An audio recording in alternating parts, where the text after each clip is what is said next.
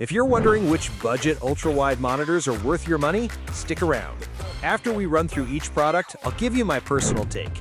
Would I buy it or would I skip it? No fluff, just my honest opinion. Let's get into it. Samsung G55C. This monitor boasts a speedy 165Hz refresh rate and an immersive curve, but good luck tracking fast-moving objects as the motion blur can make things look like a smudgy mess.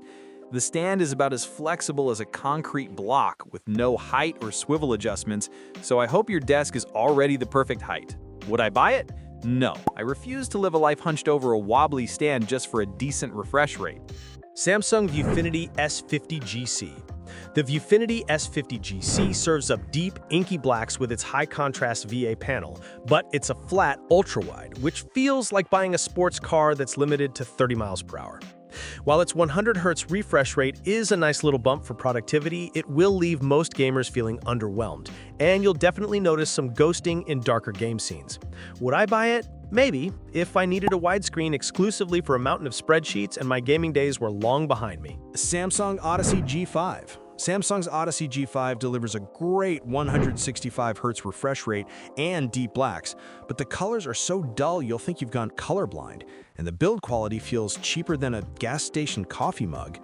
It's plagued by so much ghosting and smearing in fast-paced games that you'll be wondering if your monitor is haunted.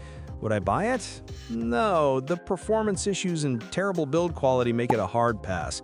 I don't need a paranormal investigator to set up my gaming rig. LG 34G630A-B.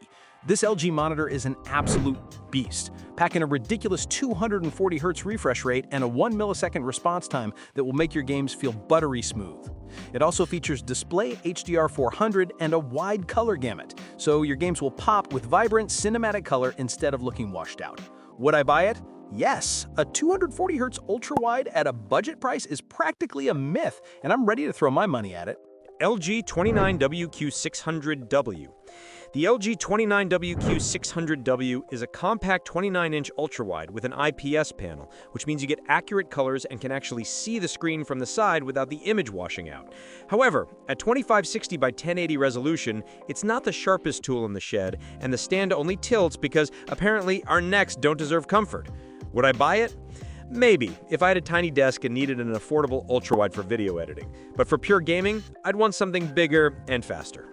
Alienware AW3425WMDB. This monitor is the "I'm on a budget, but my budget is your annual salary" option.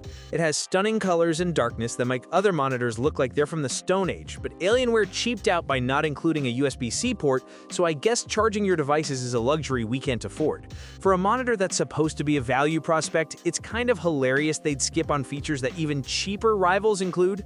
Would I buy it? Maybe, if I found a bag of money on the street and wanted a great gaming experience without springing for a top-end OLED, but still wanted to feel a little bit fancy.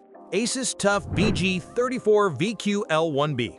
The Asus TUF gives you blacks so deep and inky you'll feel like you're staring into the abyss, which is perfect for gaming in a dark room, but its viewing angles are so narrow that if you move your head slightly, the image loses color faster than a politician's promise. It's also supposed to hit 550 nits of brightness, but falls short, which feels like getting catfished by a monitor. Would I buy it? Yes, if I were a solo gamer who values responsive gameplay and doesn't have any friends to share my screen with anyway. LG 34SR60C24. This LG monitor is a smart one with its own operating system, so you can stream Netflix right from it, which sounds cool until you realize you bought a monitor that's having an identity crisis and thinks it's a television. The 34-inch curved screen is immersive as hell, but the VA panel can cause some funky color distortion at the edges, making me question my own sanity for a second. Would I buy it? No, because I already have enough devices that need updates. I don't need my monitor to be one of them. ViewSonic's VX3418C2K. ViewSonic's VX3418C2K is all about that need for speed, with a 180Hz refresh rate and 1 millisecond response time.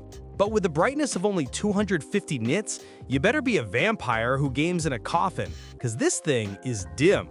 They also have the nerve to advertise console compatibility, but newsflash ViewSonic, most consoles don't support ultra-wide resolutions, so it's a feature that's about as useful as a screen door on a submarine. Would I buy it? maybe, if I'm a PC gamer on a very tight budget who cares more about refresh rate than actually seeing the enemy in dark corners. MSI Optics MAG342CQR. This thing has a nice 144 Hz refresh rate, and the colors are pretty decent, but the VA panel means you might see more ghosting than at a haunted house, especially in dark scenes. It's got that aggressive 1500R curve, which feels immersive, but honestly, the pixel response can feel a bit sluggish unless you crank the overdrive to its fastest setting, which, let's be real, you're gonna do anyway. Would I buy it?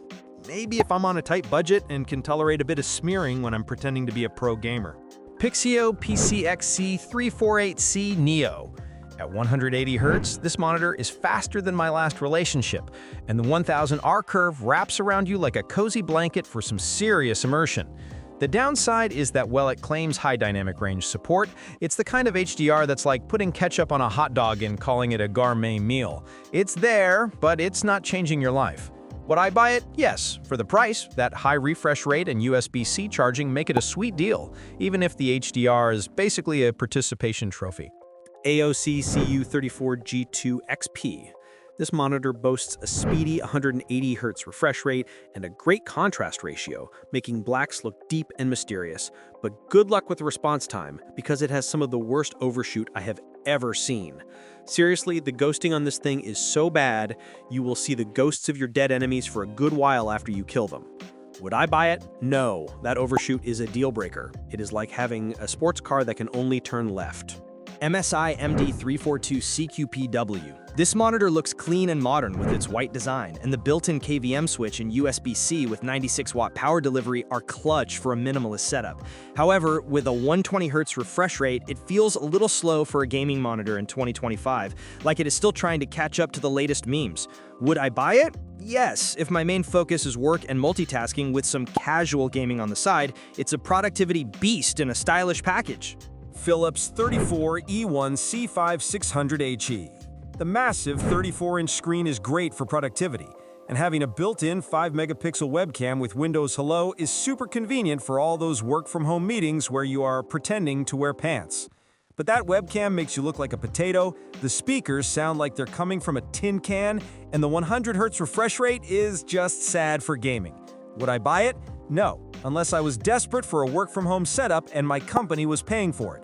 Because for entertainment, this thing is a bit of a letdown. Dell S3425DW. The color and contrast on this Dell are surprisingly punchy for a VA panel, making your movies look great, and it even has USB-C to charge your laptop.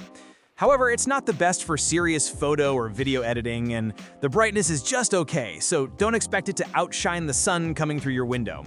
Would I buy it? Yes. For a general-purpose ultra-wide that does a bit of everything without completely emptying your wallet, it is a solid choice. Thanks for watching. I hope this video helps you pick the budget ultra-wide monitors for you. If you have any questions, drop a comment below. Links to all of these products mentioned in this video will be in the description.